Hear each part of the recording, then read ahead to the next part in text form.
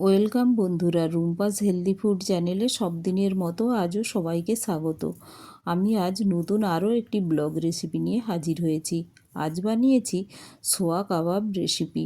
আর তার জন্য প্রথমেই একটি বাউল নিয়ে নিয়েছি, আর এর মধ্যে আমি কিছুটা সোয়াবিন নিয়ে নেব। আর এই সোয়াবিনটা আমাকে প্রথমেই ভিজিয়ে নিতে হবে, তাই গ্যাসের ওভেনে আমি একটি প্যানে জল গরম করে নিচ্ছি। আর এর মধ্যে দিয়ে দিলাম সোয়াবিনগুলো। জলটা ফুটিয়ে নিয়েছিলাম, ফুটে উঠতেই গ্যাসটা বন্ধ করে দিয়েছি। আর তার ফলে কি হয়, 15-20 মিনিটের মধ্যেই এটা খুব ভালোভাবে ফুলে ওঠে। এগুলো একটু জলে স্পুনের সাহায্যে ডুবিয়ে দিলাম। আর দেখুন, 15-20 মিনিট পরে আসছি। 15-20 মিনিট হয়ে গিয়েছে। তো এখন দেখুন কতটা ফুলে উঠেছে, আর জলটাও পুরো সোপ করে নিয়েছে। তো হাতের সাহায্যে আমি চেপে চেপে এগুলোকে জলটা বের করে নেব, আর গ্রাইন্ডিং জারের মধ্যে নিয়ে নেব। সবগুলোই এভাবে হাতের সাহায্যে দেখুন এইভাবে মুঠো করে প্রেস করলেই জলটা বেরিয়ে যায়। ভালোভাবে প্রেস করে নেবেন। জলটা যত ভালোভাবে নিগড়ে নেবেন তত কাবাবগুলো ভালো হবে। তো দেখুন এইভাবে পুরো নিগড়ে আমি গ্রাইন্ডিং করে নিচ্ছি। আর দেখুন এইভাবে পেস্ট করে নিয়েছি। তো এটা এখন বাউলের মধ্যে আমি নিয়ে নেব। আর এটা বাউলের মধ্যে নিয়ে আমি আরও কিছুটা মশলা রেডি করেছি সরষের তেল, লঙ্কা কুচি, বেসন, রসুন আদা পেস্ট 1 টিস্পুন, ধনে পাতা কুচি, পেঁয়াজ কুচি, আর নিয়েছি বয়েল পটাটো।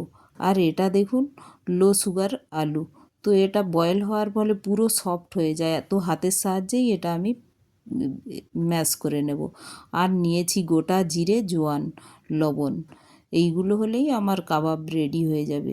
তো দেখুন নিয়ে এলাম একটি বড় পাত্র। ওই পাত্রের মধ্যে প্রথমেই যে পেস্ট করে সোয়াবিনটা রেখেছি ওটা নিয়ে নিলাম। ওর মধ্যে এখন আমি দিয়ে দেব বেসন। আর বেসনটা দিচ্ছি যাতে বাইন্ডিং খুব ভালোভাবে হয়, তাই আমি এটা দিয়ে দেখে নেব। আর একটু যে জল টল থাকে ওটাও এই বেসনটা শুষে নেবে। তো এখন এর মধ্যে দিয়ে দিলাম লঙ্কা কুচি। এটা আপনার পরিমাণ মতো দেবেন। এখন দিয়ে দিলাম গোটা জিরে আর পানমৌরি।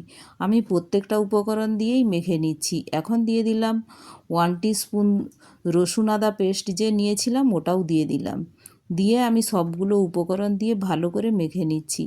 দিয়ে দিলাম কুচানো পেঁয়াজ। সবগুলোই দিয়ে আমি একসঙ্গে মেখে নিচ্ছি। আলুটা আমি পরে দেব। এখন দিয়ে দিলাম ধনেপাতা কুচি। দিয়ে আমি এটাও ভালো করে একসাথে মিশিয়ে নেব। মশলাগুলো আমি সোয়াবিনের সাথে ভালো করে মিশিয়ে নিয়ে পরে আমি এর মধ্যে দেব বয়েল পটাটো। এখন দেখুন ভালোভাবে মেশানো হয়ে গিয়েছে। তো বয়েল পটাটোগুলো দিয়ে দেব। আপনারা আগে থেকেই ম্যাশ করে নিতে পারেন, যেহেতু এটা লো সুগার পটাটো তো খুব তাড়াতাড়ি এগুলো দানা দানা দানা হয়ে যায়। তো ভালো করে দেখুন এইভাবে হাতের সাহায্যেই চটকে চটকে আমি মেখে নিয়েছি। তো এখন এর মধ্যে দিয়ে দেব, আমি লবণ এখনও ইউজ করি না, তো এই সময় দিয়ে দেব লবণ। তো লবণটা অনেকটাই হাতে পড়ে গিয়েছে, তো এখন একটু কমিয়ে দিলাম। এই পরিমাণ মতো লবণ একটু দিয়ে আমি এটা মেখে নেব। লবণটা আমি কমিয়ে দিয়েছি। তো পরিমাণ মতো দিয়ে এটা ভালো করে চটকে নিচ্ছি। এইভাবে হাতের সাহায্যেই করে নেবেন। স্পুনের সাহায্যে করলেও হয়, কিন্তু হাতের সাহায্যে মেখে নিলে এটা খুব ভালো হয়। তারপর এইভাবে গোল গোল করে আমরা গোল কাবাবের মতো বানিয়ে নিতে পারেন, কি বরফি আকারেও বানিয়ে নিতে পারেন। এইভাবে আমি সবগুলো গোল গোল করে নেব। আর এইভাবে রাউন্ড শেপ করলে কি হয়, হাতে করে একটু উপর নিচে চেপে দিলেই এটা একটা কাটলেট আকারে তৈরি হয়ে যায়। তো দেখুন এইভাবে আমি সবগুলো করে নেব। এইভাবে হাতের সাহায্যে যদি আপনারা চেপে চেপে পুরোটাই করে নেবেন। আর দেখুন এইভাবে যে গোল করে নিয়েছি, এইভাবে হাতের তালুতে দিয়ে তো গোল করে এটাকে একটু আমি এই মাঝখান থেকে যখন প্রেস করব এটা অটোমেটিক এটা একটা কাবাব শেপের এসে যাবে। তো আমি রাউন্ড কাবাব শেপের বানিয়ে নিচ্ছি। তো দেখুন এইভাবে সাইডগুলো চেপে দিলাম, ফাটা অংশগুলোও এইভাবে বুজে যাবে। তো দেখুন সবগুলো আমি এইভাবেই বানিয়ে নিচ্ছি। আর এইগুলো আপনারা স্টোর করেও রাখতে পারেন। এইভাবে স্টোর করে একটা ডাব্বায় রেখে দিলেও এটা হবে। এখন গ্যাসের ওভেনে কড়াই বসিয়ে দিলাম, দিয়ে দিলাম সরষের তেল। তার মধ্যে এক এক করে আমি এই কাবাবগুলো দিয়ে দেব, দিয়ে ফ্রাই করে নেব। আপনারা এটা রিফাইন অয়েলেও করতে পারেন। সর্ষের তেলে টেস্টটাও খুব ভালো আসে। আর অবশ্যই আপনারা রিফাইন তেল ইউজ করতে পারেন। তো দেখুন এক এক করে আমি উল্টে দিচ্ছি। আর কাবাবগুলো দেখুন কতটা ক্র্যাঞ্চি হয়েছে, রেড কালার এসে গিয়েছে। তো ধীরে ধীরে এইভাবে উল্টে দেবেন। আর এক পাশটাও হয়ে গিয়েছে, তো এইভাবে উল্টে উল্টে আমি কাবাবগুলো হয়ে গেলে দুপাশটা ভালো করে হয়ে গেলেই আমি এটা একটি বাউলের মধ্যে এগুলো তুলে নেব। দেখুন ফ্রাই হয়ে গিয়েছে। তো এগুলো এক এক করে আমি একটি পাত্রের মধ্যে তুলে নিচ্ছি। আমি সবগুলোই এইভাবে ভেজে নেব। দেখুন সবগুলো তুলে নিয়েছি। আরও একবার আমি এইভাবে কাবাবগুলো এক এক করে দিয়ে দিচ্ছি।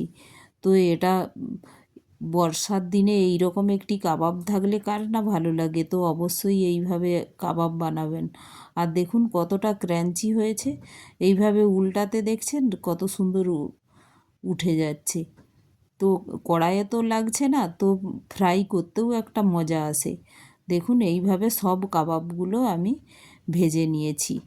এখন আমি একটি পাত্রে নিয়েছি, নিয়ে তার মধ্যে নিয়েছি শসা, পেঁয়াজ, সস। এটা দিয়ে বিকেলে এই রকম ইভিনিং স্ন্যাক্স খুব ভালো লাগে।